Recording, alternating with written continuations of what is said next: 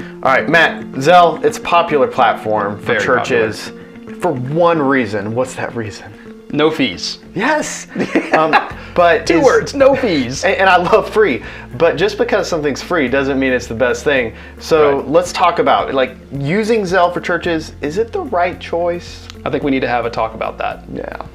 All right, so Zelle, number one, it doesn't actually make online giving easy, or should I say giving for that matter easy. Yes, correct. The biggest benefit, the online giving platforms that are specialized for church giving, it's two things. Number one, donating. Yes. Number two, recording those donations.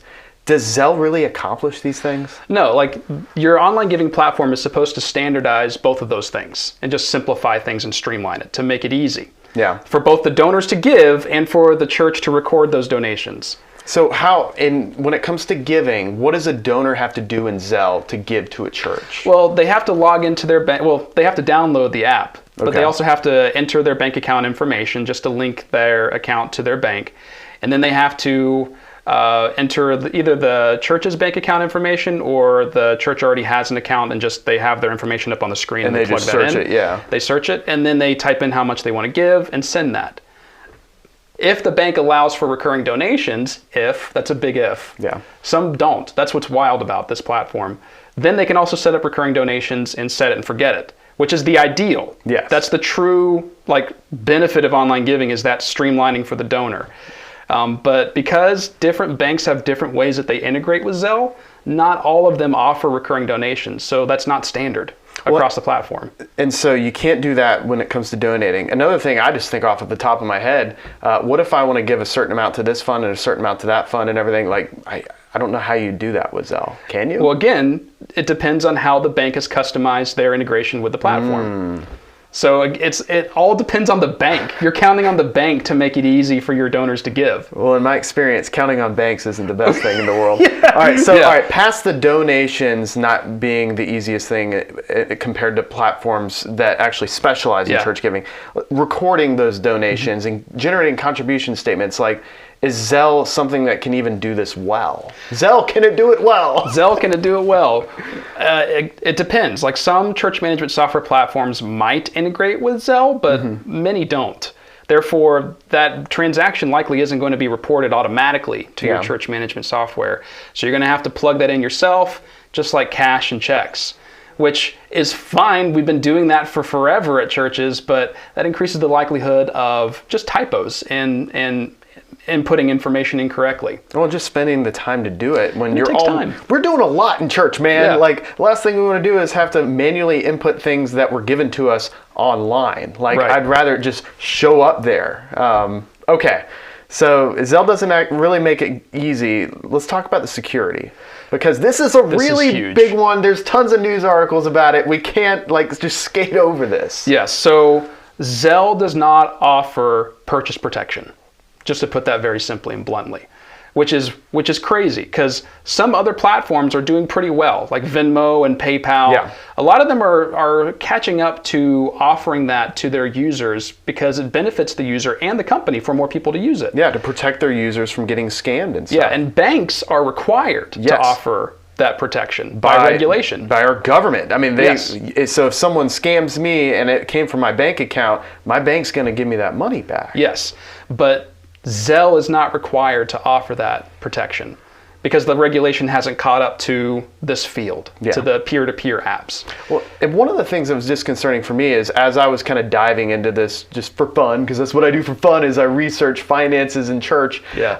But I really couldn't get a solid answer on what is covered, what is not covered if someone scams me or gets my information in Zelle. That's kind of murky, and you really can't have something that important be murky. No, and that, just to back up what you're saying, the New York Times had an article. It's called "Fraud is Flourishing on Zelle. The Banks Say It's Not Their Problem." Let me scroll down to this section that just really blew me away. A guy named Bruce Barth got sick with COVID and was in the hospital for a while, and while he was in the hospital, his smartphone was stolen, and the thief used his digital wallet to run up his credit card, to take money out at an ATM, and then also make some transactions on Zelle. All three of these accounts were with Bank of America, which is one of the banks that owns Zelle. And Bank of America refunded the credit card transactions, the ATM transactions, but not the Zelle transactions. Of course. So it is murky. The banks can be like, well, that was on a third party, even though they own that platform. They're like, oh, it's a third party platform, and they're not required to offer that protection. All right, and so you mentioned they own that platform. Really quick, like how did Zelle even come to be? So 2017 is when Zelle was founded. It was created because, and let me know if you knew this, but like these other peer-to-peer platforms, PayPal and Venmo and Cash App, yeah. We all know that they're charging per transaction. Yes. And that's how they make their money. But did you know that they're also charging the banks per transaction? I knew it! So they're making money on both ends. And so the banks were like, this is ridiculous. That's a great it's costing us a lot model. of money. Yeah, I know. Oh man, they're getting paid to pick it up and deliver it. Man. And so the banks said, this is ridiculous. This is costing us so much money. So they came up with their own solution. 7 of the biggest banks in America all collectively started Zelle and co-own this platform. But it's still a third-party peer-to-peer platform. So therefore the regulations that apply to the banks, you'd think would apply to Zelle because it's kind of an extension of that bank, but it's not. But it's not. So those regulations don't apply there. Okay, so that gives me more clarity into like why it is. Why are you the way that you are? Yeah, so like the banks contracted with Zelle for a lower per transaction rate than what their competitors were offering. Yeah. And then they made Zelle offer no fees for the users to incentivize us to use that over the other platforms. That's how that worked. Okay. Now, all right, so obviously that security factor right there, I mean, is enough to like just make me say never again. But then you just gotta think about, okay, when you add more and more platforms, you're really just making yourself more vulnerable. What was that terminology you used the other day? Well, it's not me. The head of IT and security here at ChurchTrac, his phrase was it expands your attack surface. Okay. I think that's a term he got from the IT world. Okay. Yeah. So instead of, because the instinct for churches is to add all these platforms so that their members can just pick whichever platform they prefer to make a donation. Yeah. To meet the members, where they are. But all you're doing is just increasing your chance, you're increasing your risk and your chance of scams and frauds and loss. With every platform, you're just increasing risk. Yep. Which, another aspect of risk is just accountability. And I feel like that's another big weakness of incorporating a platform like Zelle, among a lot of others. But it's just when you're adding these additional platforms, you're diminishing the accountability you can have because you're making it harder to be accountable because you're increasing the complexity of how you do giving at your church. Yeah, by increasing complexity, it's harder and harder to juggle and balance all the responsibilities you have for monitoring all these different platforms. Yeah. So like you may be on top of things and recording things and just logging into these accounts to make sure everything's fine. But by adding more and more accounts, the likelihood that you overlook one of those accounts and money just gets left there for a while increases.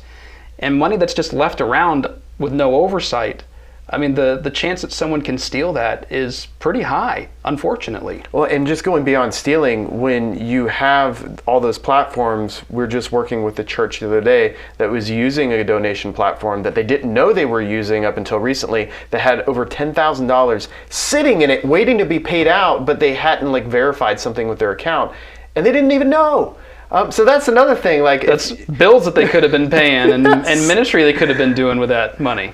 But I think this all comes back to the simplicity of using one platform for your church giving. Yes, and like you were telling me yesterday, this is something that we were talking about. What is something that all the churches you've seen that do fundraising really well, what is one thing they all have in common? Well, there's a lot of things they have in common, but when it comes to how they do giving and the whole process is behind it, they have one platform. Yep, they use one online giving platform. I never have come across a church to this day that just kept adding all of these giving platforms. We're like, hey, we accept giving with Zelle, Cash App, Venmo, whatever. PayPal, everything. Yeah. And I've never once talked to a church that said, yes, because we added all these ways for people to give, we've actually increased our overall donations. It's the opposite. Yeah. The more you increase all these things, the more likely you're going to confuse people. And people are going to be like, we had this conversation the other day, like people are going to be like, so should I use Zelle? Should I use Venmo? Yeah, what do you want me to do, man? And they don't, it's better to just have one avenue so that they know, all right, I download this app or I go to this website and I set this up here and that's it. Yeah. Or I can drop a check off in the offering box on my way out. Well, and even just thinking in terms of like as a church, trying to keep track of the online giving fees of platforms. Every platform is different. Yep. So you're just like making your accounting that much harder at your church by having to keep track of like 4 or 5 different platforms, because this one has 2.9% plus 30 cents for credit card, but then this one is like 3.2, and then like it's just that's too much, man. Yeah, just get rid of that, make it simple, streamline everything, both for the donor and for the church by using one platform, and preferably the platform that integrates with your church management software so that the reporting is done for you. Yes. And also the whole no fee thing with Zelle, I can't imagine it's going to last forever anyway. I can't either, especially when the banks control it. There's only a matter of time before they take that away. Exactly. So what's your opinion of Zelle? And what online giving platform do you use most at your church? Let us know in the comments below.